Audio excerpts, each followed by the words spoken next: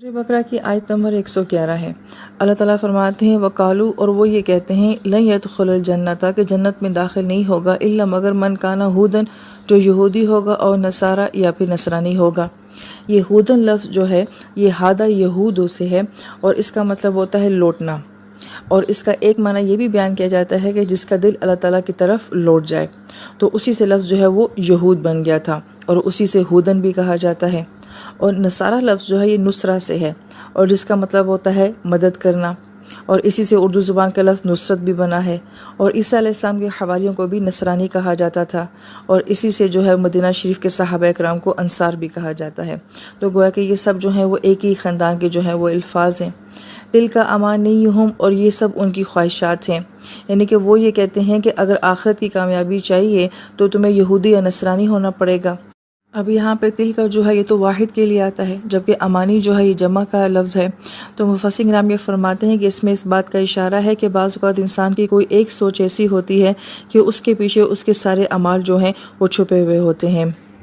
लिहाजा ये लोग कहते थे कि हम भी खुदा को मानते हैं इसलिए कि हम यहूदी हैं, हमारा दिल अल्लाह ताला की तरफ लौटने वाला है। नसरानी जो है वो अपने आप को अल्लाह ताला का महबूब कहते थे कि हम भी अल्लाह ताला को मानते हैं।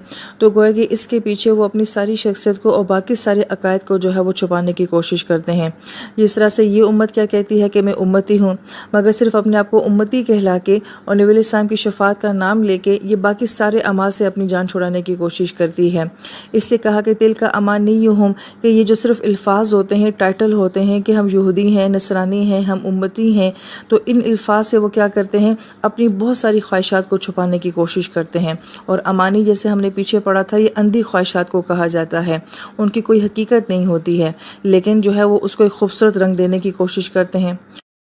तो कुरान जी कहता है कुल नबी सल्लल्लाहु अलैहि वसल्लम फरमा दीजिए हातु बुरहानकुम, अपनी दलील लेकर आओ, इनको तुम सादिकीन, अगर तुम सच्चे हो।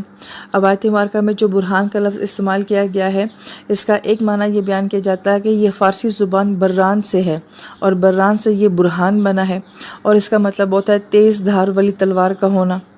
और इसका दूसरा माना बताया जाता है काटना। और तीसरा जो इसी से बरहरा लफ्ज़ बना है, ये जवान खूबसूरत औरत को कहा जाता है कि जिसके ऊपर किसी इंसान की नज़र जो है वो टिक जाए, यानी कि इतना उसका बेमिसाल या अपीलिंग किस्म का हुस्न हो कि एकदम वो लोगों की तवज्जो को अपनी तरफ माइल कर ले। तो यहाँ पे कहा जाता है कि अगर तुम्हारा ये दावा है तो कोई ऐसी काटने वाली दलील लेके आओ, ऐसी दलील लेके आओ कि सब उस दलील की तरफ मुतवज्जे हो जाएं अगर तुम अपने दावे में सच्चे हो।